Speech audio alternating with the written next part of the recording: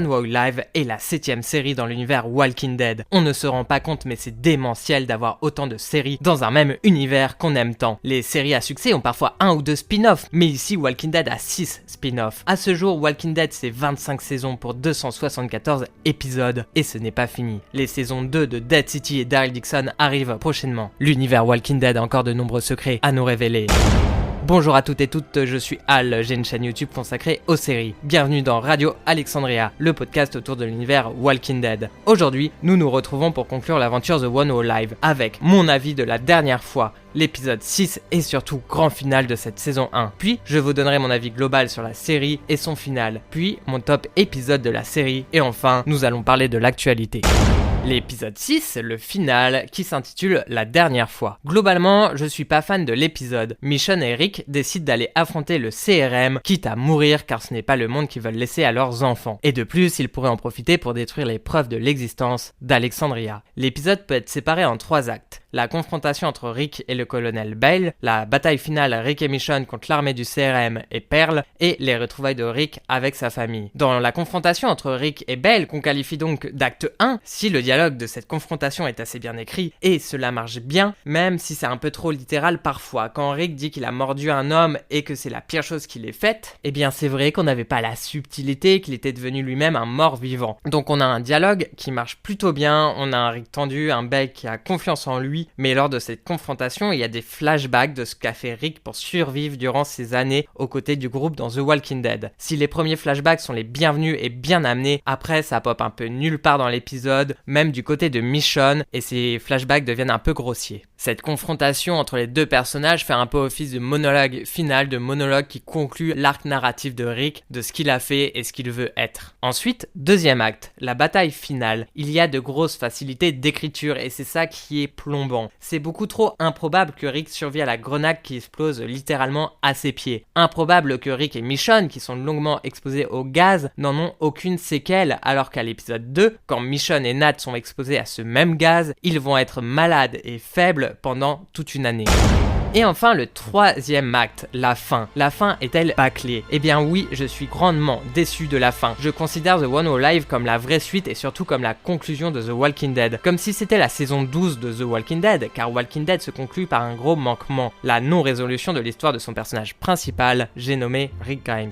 Mais on nous offre 6 épisodes pour conclure son histoire. C'est trop bien, on l'attendait vraiment grandement. Et plus que Dead City ou Daryl Dixon, que je considère comme des extensions sympathiques de notre univers préféré, ici, avec The One Who Live, on conclut vraiment la série principale. Mais AMC a choisi l'happy end et non la fin tragique du comics. C'est à la fois cool d'avoir 2 œuvres qui n'ont pas la même trajectoire, mais cet happy end est un peu fade. Donc à la fin, Rick et Michonne retrouvent leurs enfants. J'en ai parlé dans le podcast dans les épisodes précédents, mais je rêvais d'une fin qui conclut réellement l'histoire d'un personnage aussi complexe que Rick. Je parle évidemment de sa mort. Avec ce happy end, on ressent que AMC ne souhaite pas conclure ses séries en espérant faire de nouvelles séries, d'étendre cet univers avec ses personnages phares au lieu de créer des personnages et des histoires originales. Mais je l'avoue, ça fait tout de même plaisir de voir que Rick retrouve sa famille, cela reste assez émouvant et c'est cool que Rick retrouve sa famille. Pourtant, même si on accepte cette happy end, elle reste fade. AMC n'est pas allé jusqu'au bout de son idée. Pourquoi les retrouvailles sont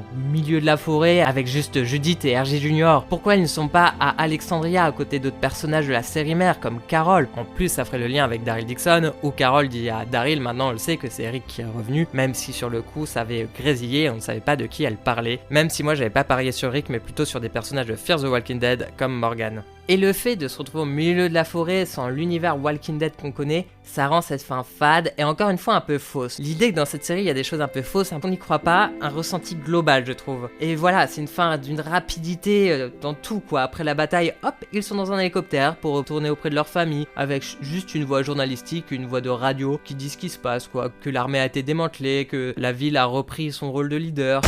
Justement, parlons de mon avis global sur la série. Globalement, l'ambition autour de la série, elle est géniale. Cela se ressent dans le budget des épisodes qui est énorme pour une série Walking Dead, puisque c'est de plus loin le plus gros budget avec 13,7 millions de dollars par épisode en moyenne, bien sûr. Alors, sortir un chiffre comme ça veut un peu rien dire. Donc, à titre de comparaison, Walking Dead, la série mère, c'est 3 millions par épisode, donc l'écart est assez dantesque. Cela montre à la fois la confiance d'AMC et aussi l'ambition du projet. Évidemment, ces chiffres sont à prendre encore une fois avec des pincettes. La stratégie d'AMC a toujours été de faire une série peu chère, mais avec d'énormes impacts grâce à des mises en scène astucieuses et surtout à leur scénario bien ficelé. Je pense à Breaking Bad, qui est aussi produit par AMC, énorme succès considéré comme la meilleure série de tous les temps, qui a aussi coûté environ 3 millions de dollars par épisode. Et à contrario, il faut aussi comparer ça à des séries plus grosses, en tout cas en termes de budget. Je pense notamment à Stranger Things et ses 30 millions de dollars par épisode. Ce gros budget se ressent aussi dans la mise en scène. Les épisodes sont beaux, très bien réalisés, même si on ressent des manquements importants au niveau du lore. Pourquoi on se retrouve pas à Alexandria à la fin et on a que Judith et RG Junior et pas les autres habitants d'Alexandria? Il y a aussi d'autres manquements qui font qu'on croit pas à l'univers. Par exemple, je pense au fait que on n'y croit pas au CRM,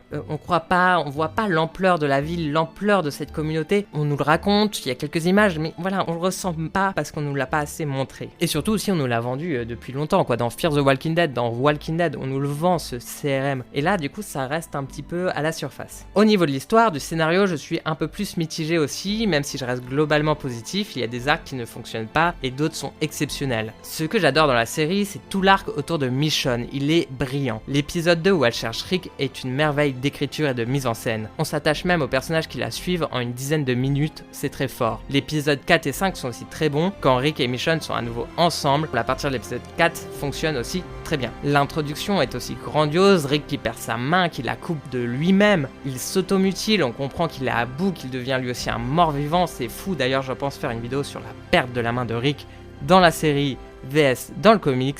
Dites-moi en commentaire si cela vous intéresse. Et là où je veux en venir, ce qui fonctionne pas, c'est tout l'arc autour du CRM. Et c'est dommage car c'est autour de cela que tourne la série. C'est l'ennemi, mais on n'y croit malheureusement pas une seconde. Et les épisodes 1, 3 et 6, ils sont au cœur de cet enjeu. Nos personnages enfermés dans le CRM, nos personnages qui affrontent le CRM, ça fonctionne pas. On n'a pas assez d'éléments pour comprendre le danger, pour y croire. Pour rester sur une note positive, globalement la série elle est géniale. Elle offre même des épisodes dantesques, merveilleux. Je pense surtout au 2e et au 4e parmi les meilleurs épisodes de l'univers Walking Dead. Si on fait abstraction de la fin, je trouve que la série est vraiment top. Et au final, au vu de la fin qu'on nous a servi sur un plateau, peut-être qu'une suite de l'univers serait maintenant la bienvenue. Pour que Rick retrouve Daryl principalement, mais aussi Carol, Maggie, Herschel et les autres pour une dernière aventure sanglante.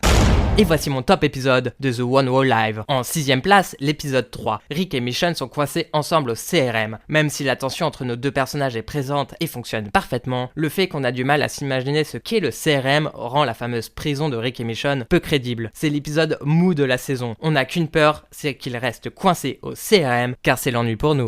En 5ème place, l'épisode 6. La bataille finale de Rick et Michonne contre l'armée du CRM est un peu trop grosse dans les rebondissements. Je pense surtout à Rick qui survit à la grenade. Les flashbacks qui, si au départ sont bien introduits, sont ensuite improbables. La fin qui est pour moi décevante. J'aurais préféré une conclusion beaucoup plus brutale. Une conclusion à la The Walking Dead. En 4ème place, l'épisode 1. On commence à arriver sur les vrais bons épisodes de la série. L'introduction est sanglante et grandiose. On nous promet un show à la Walking Dead. On y croit à un Rick à bout, à la fois physiquement et psychologiquement. Mais le CRM est malheureusement déjà peu crédible. En 3ème place, l'épisode 5. Le face-à-face avec Jadis est un peu faible, mais le duo Michonne et Rick est exceptionnel dans cet épisode. J'adore la scène où ils rencontrent d'autres survivants et leurs réactions. On retrouve vraiment nos personnages. En 2ème place, l'épisode 4. Pour certains, c'est le meilleur épisode. Pour moi, j'ai quand même une préférence pour un autre. Mais il faut l'avouer, l'épisode est exceptionnel. Tout est réussi. Si, d'habitude, je déteste les dialogues, préférant comprendre les personnages par leurs actes, ici, ce face-à-face entre nos deux personnages m'a fasciné par l'écriture et ses dialogues. L'épisode est aussi très beau visuellement, et à la fin, on a une bouffée d'air frais. On retrouve notre Riku. En première place, le 2e épisode. Cet épisode est d'une beauté de mise en scène et d'écriture. Michonne sur les routes à la recherche de Rick. Tout est réussi. Ses compagnons de voyage, l'horreur du CRM, Michonne enfermée et les retrouvailles, c'est une énorme claque. Nous allons parler de l'actualité. Aujourd'hui, cela concerne uniquement la saison 2 de Dead City. Kim Coates, le génial acteur qui a brillé dans son rôle dans Son of Anarchy, rejoint le casting de la saison 2 de Dead City. Il jouera le chef d'une communauté que nous allons découvrir durant la saison. Ce qu'on peut dire, c'est que l'acteur est fait pour jouer dans The Walking Dead, en espérant que son rôle soit aussi complexe et légèrement fêlé. Autre très bonne nouvelle, il y aura 8 épisodes et non 6 comme la saison 1. Ce qui est une excellente nouvelle, pourquoi ? Car cela montre que AMC ait confiance dans l'avenir de la franchise en rallongeant les saisons. Au niveau de l'histoire, c'est aussi une bonne chose, car les saisons de 6 épisodes, qui sont maintenant courantes dans The Walking Dead, ont tendance à aller beaucoup trop vite ce qui fait qu'on a plus en plus de mal à s'attacher aux personnages. Les personnages, leurs relations, c'est quand même la force de la série à la base, mais aussi c'est plus dur de créer des univers crédibles. On a pu voir qu'on a du mal à s'attacher et à croire au CRM, par exemple. Merci d'avoir écouté ce 7ème épisode de Radio Alexandria. On se retrouve tous les premiers mardis du mois pour parler de The Walking Dead. N'hésitez pas à liker, commenter et découvrir les vidéos de Radio Alexandria sur YouTube. C'était Al, à bientôt sur les internets.